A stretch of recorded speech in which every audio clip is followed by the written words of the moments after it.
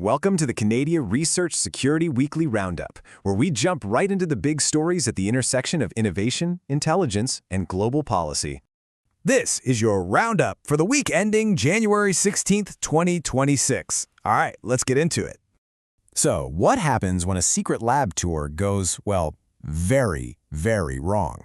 We've got a wild story coming up out of France involving a professor and a Chinese delegation. I'll tell you all about it a little later in the show.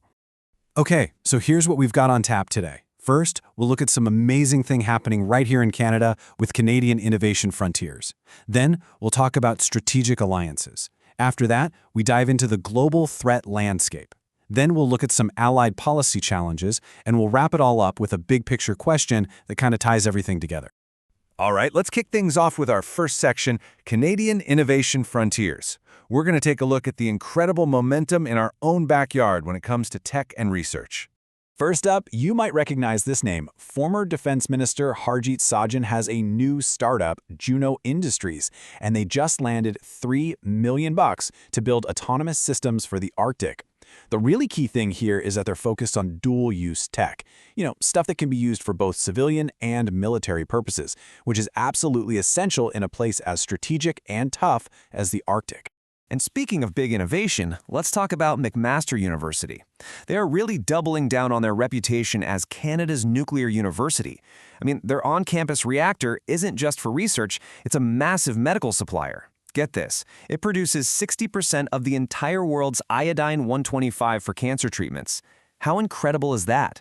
Now with a fresh $18 million in funding, they're going to 24/7 operations and even adding new degree programs because student interest in nuclear tech is just through the roof.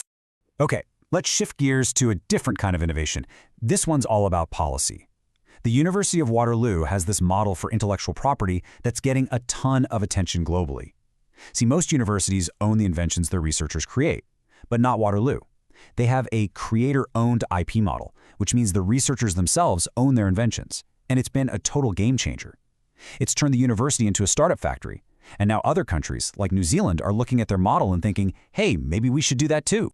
And over in Quebec, they're making some really smart strategic moves in microelectronics and photonics. A new study just came out that basically maps out the whole ecosystem in the province. It pinpoints 15 critical minerals and identifies the best areas for growth. So what's the point? Well, it's all about locking down their own supply chains for super important industries. We're talking everything from electric vehicles to defense and aerospace.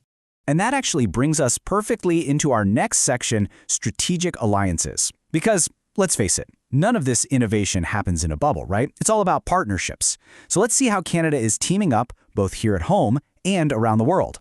And we are starting with a huge number, $10 billion. That's the potential cost over the life of each submarine in Canada's next naval fleet. Yeah, that's per sub. So the stakes are incredibly high. And in this bid, we're seeing German shipbuilder TKMS teaming up with the Canadian AI powerhouse Cohere. Their plan is to build advanced AI right into the submarines to basically make the sailors' jobs easier and help them make faster, better decisions. It's a really cool mix of classic heavy manufacturing and super advanced Canadian technology. Shifting to the academic world, the University of Manitoba just became the very first North American member of the Global Coalition of Ukrainian Studies.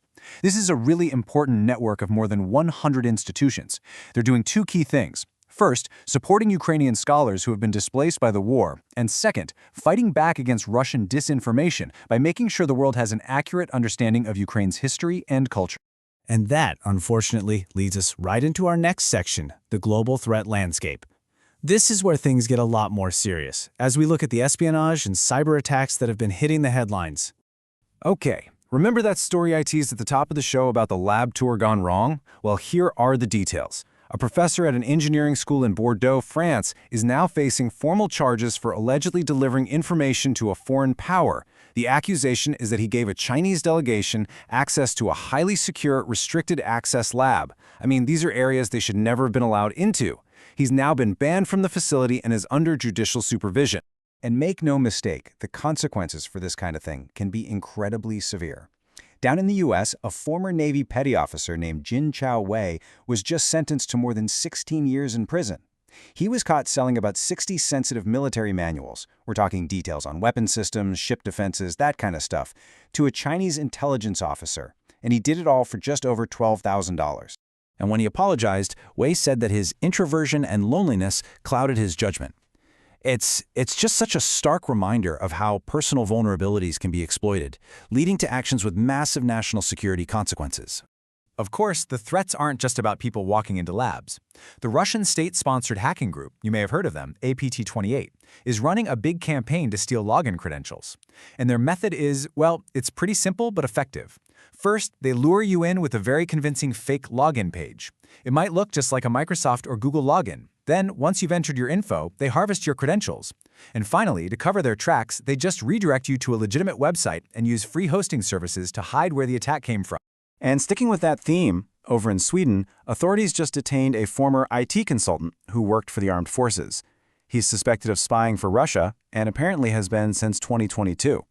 It's just another sign of this persistent intelligence threat that we're seeing all across Europe. Okay, so moving on from those direct threats, let's pivot to something a little more subtle, but honestly, just as frustrating. In our fourth section, we're looking at allied policy challenges, and specifically how bureaucracy itself can become a huge barrier to security. Over in the UK, their security clearance system for international researchers, it's called ATAS, is being called out for serious failings. The official target to get clearance is supposed to be 28 days, but people are waiting up to 6 months. There was one story of a Syrian academic who actually missed his own father's funeral because he was stuck waiting. And the worst part is, there's no way to speed things up, so researchers and their universities are just stuck in limbo. Australia is doing something similar, tightening its own controls. They've just moved India, Nepal, Bangladesh, and Bhutan into their highest risk category for student visas. They're citing what they call emerging integrity risks, things like fake documents. So what does this actually mean?